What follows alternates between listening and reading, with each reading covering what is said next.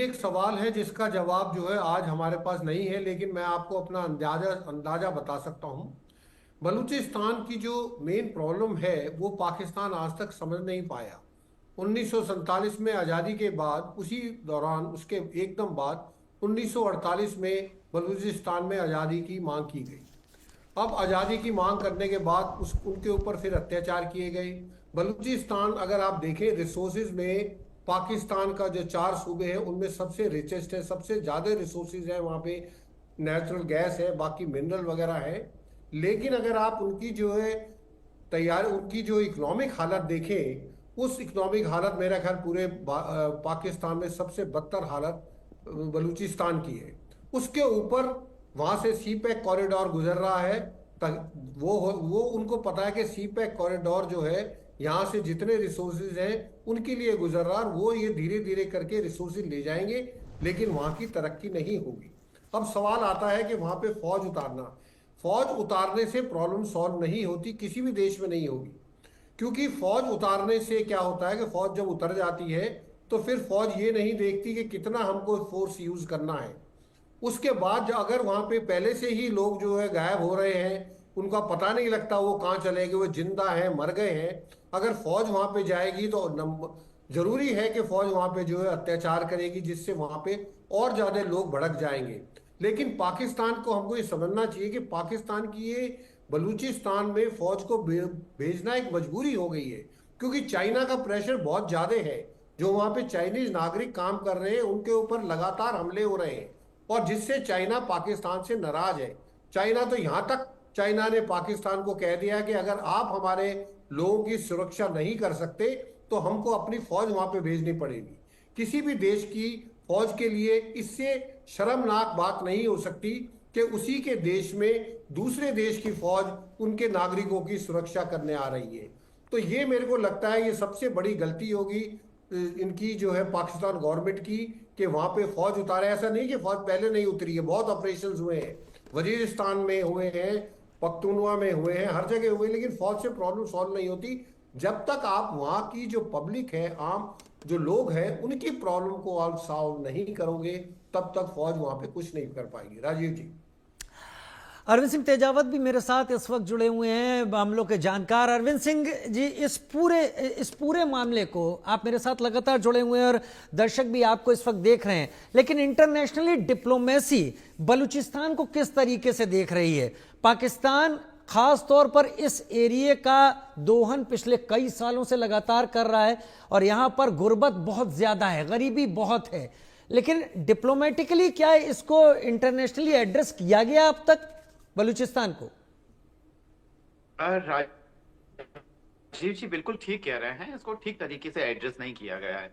और खाली वही नहीं, अभी आपने खबरों की शुरुआत में यह बताया गया कि जो पाकिस्तान अधिकृत कश्मीर है, जिसको पाकिस्तान आजाद कश्मीर बोलता है, वहां पे भी असंतोष है। और जहां तक भारत का मामला है, भारत तो एक धर्मनिरपेक्ष देश है, तो खासकर भारत के नागरिकों पर जो कि पाकिस्तान ने अधिकृत कर रखे हैं, वहां पर अगर उनके साथ अत्याचार होता है या कुछ होता है, तो मुझे लगता है कि ये भारत को पूरा अधिकार है, पूरा हक है कि वह उनके पक्ष में अपनी आवाज बुलंद करे। जहां तक अंतर्राष्ट्रीय धरातल पर अगर प्रश्न है, खासकर सुपर पावर्स या जो बड़े जो पावर्स हैं दुनिया के, वो इस चीज को कैसे देखते हैं, तो आप देखिए ये जो सीपैक का जो प्रोजेक्ट है, कर्नल साहब ने भी कहा कि इससे पूरा का पूरा जो फायदा होने जा रहा है वह केवल चीन को हो रहा है। और पाकिस्तान उसमें मोहरा बना हुआ है। पाकिस्तान की सरकार इसलिए मोहरा बना हुआ है कि जो उसकी जो आंतरिक जो इकोनॉमिक हालात है, जो माली हालात है, वो ठीक नहीं है। अगर बाहर से अगर पैसा मिल भी जाता है पाकिस्तान को, तो वह भ्रष्टाचार के भेंट चढ़ जाएगा। वह बलिस्तान बलूचिस्तान या ऐसे जहां जहां असंतोष है, वहां तक वो पैसा वापस नहीं पहुंच पाएगा।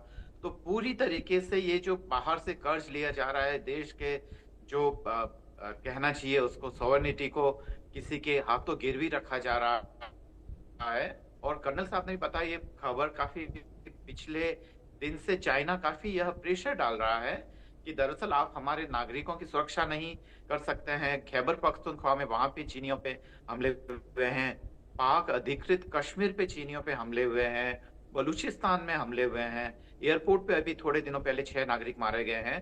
तो यह सारी जो चीजें हैं वो ये बताती है कि पाकिस्तान की सरकार भली पूरी तरीके से फेल नहीं हुई हो, तब भी उसकी वहां की जनता पे पकड़ जो है वह शिथिल हो गई है।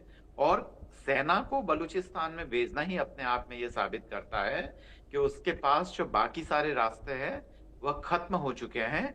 जब बाकी रास्ते खत्म हो चुके होते हैं तभी सरकारें वहां सेनाओं को भेजती है।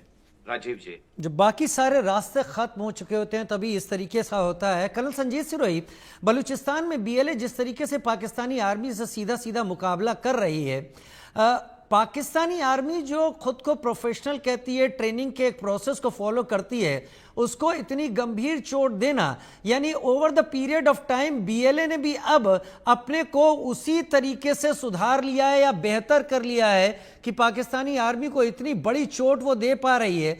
लेकिन क्या बीएलए के इस तरीके के ऑपरेशन इस इलाके में पाकिस्तानी दमन को और तेज नहीं करेंगे? बिल्कुल राजीव जी, कहीं पे भी जब टेररिस्ट ऑर्गेनाइजेशन है, क्योंकि वो बात अलग है कि बीएलए जो है लिबरेशन आर्मी है, वो उनके लिए लिबरेशन आर्मी है, लेकिन पाकिस्तान सरकार के लिए वो टेररिस्ट ऑर्गेनाइजेशन है। तो कोई भी टेररिस्ट ऑर्गेनाइजेशन जब फौज के ऊपर हमला करती है, और इस फौज के जो है, चाहे वो हमारी फौज हो, पाकिस्तान की हो, या किसी भी कोई भी फौज हो, जब फौज में सैनिक मरता है तो फौज को और ज्यादा गुस्सा आता है। और जब गुस्सा आता है तो वो जो, क्योंकि फौज जो है लड़ाई के लिए ट्रेंड होती है और टेररिस्टों के लिए ट्रेन नहीं होती। तो जब फौज लड़ाई के लिए होती है तो लड़ाई में अगर अपना साथी जो है साथ में दिखता है कि उसको गोली लग गई, तो वो जो है इमोशंस, इतने जज्बे इतने बढ़ जाते हैं कि वो फिर जो दूसरी साइड फायर कर रहा है उसके ऊपर ये नहीं देखता है कि मेरे को इसके ऊपर, ये मेरे देश का नागरिक है, मेरे को इसके पैर पे गोली मारनी चाहिए, इसके सिर पे नहीं मारनी चाहिए। तो ये लाजमन है कि जब भी फौज कहीं पे उतरेगी और फौज के ऊपर हमला होगा तो फौज जो है उसकी जो जवाब देगी वो बहुत ज्यादा करारा जवाब होगा, जिससे और ज्यादा आक्रोश फैलेगा टेररिस्ट ऑर्गेनाइजेशन में और उसका फिर कोई अंत नहीं होगा। जैसे मैंने पहले कहा, इसका इलाज ये नहीं है फौज को, ठीक है फौज उतारो आप, ताकि जो वहाँ की लोकल पॉपुलेशन है उसमें कॉन्फिडेंस आ जाए कि हाँ हम जो है सुरक्षित है। लेकिन उसके अलावा जैसे भारत सरकार ने जम्मू एंड कश्मीर में फौज हमारी भी वहां पे गई थी, लेकिन उनके अलावा हमने वहां पे लोगों को साथ जो है कांटेक्ट किया, उनकी प्रॉब्लमों को सुना, उनको साधन दिए, उनको इकोनॉमिक जो है मदद करी, जिससे वहां के लोगों को ये लगा कि ये जो है फौज हमारी मदद के लिए आई है, ना कि हमारा दमन करने के लिए। जब तक लोकल पॉपुलेशन के ऊपर ये इंप्रेशन नहीं पड़ेगा, तब तक ना तो वहां की जो है पॉपुलेशन और ना वहां की जो है फौज जो है, ये आपस में जो है लड़ाई झगड़ा इनका चलता ही रहेगा। इनका चलता ही रहेगा। लेकिन मैं कई सारी तस्वीरें, कई सारे ग्राफिक्स के जरिए जानकारियां अपने टीवी स्क्रीन पर दिखा रहा हूं, कब कब क्या क्या हमले हुए। बलूचिस्तान में 3 दिन पहले आतंकी हमला हुआ, 16 नवंबर को सेना के कैंप पर यहां पर हमला हुआ। बलूचिस्तान में हुए इन हमलों में 7 जवानों की मौत, 15 घायल हुए। बलूच लिबरेशन आर्मी ने इसकी जिम्मेदारी भी ली। अरविंद सिंह तेजावत जी, अक्सर देखा जाता है जो कई सारे ऐसे ऑर्गेनाइजेशन हैं जो लिबरेशन के नाम पर या किसी एक ज़मीन के नाम पर लड़ाई लड़ रहे होते हैं, वो पॉलिटिकल अपनी एक लीडरशिप भी रखते हैं। बीएलए इस लीडरशिप को अब तक सामने शायद नहीं रख पाया है, और क्या उसी के चलते ये स्थिति यहां पर पैदा हो रही है कि जो टकराव है वो टकराव इतना गंभीर है पाकिस्तान में कि पाकिस्तान की आर्मी को अब उतारने की सोच ली गई, जो जनरली आमतौर पर कोई किसी देश की सरकार सोचती नहीं है।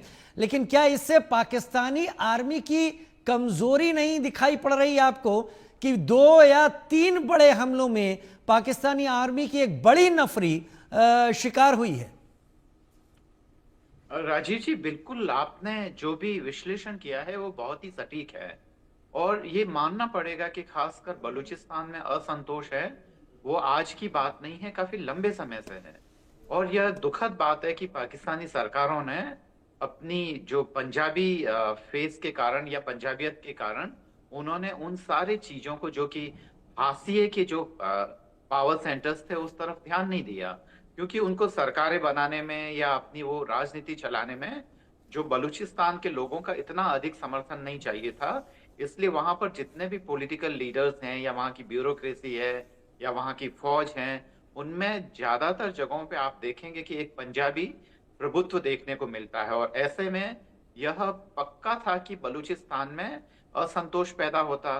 आपको पता है जब कुछ बलूच लोग वहां से जहाज उड़ा के भारत ले आए थे, उसको किडनैप करके भारत के लिए, वाकई बहुत ही असहज स्थिति हो गई थी।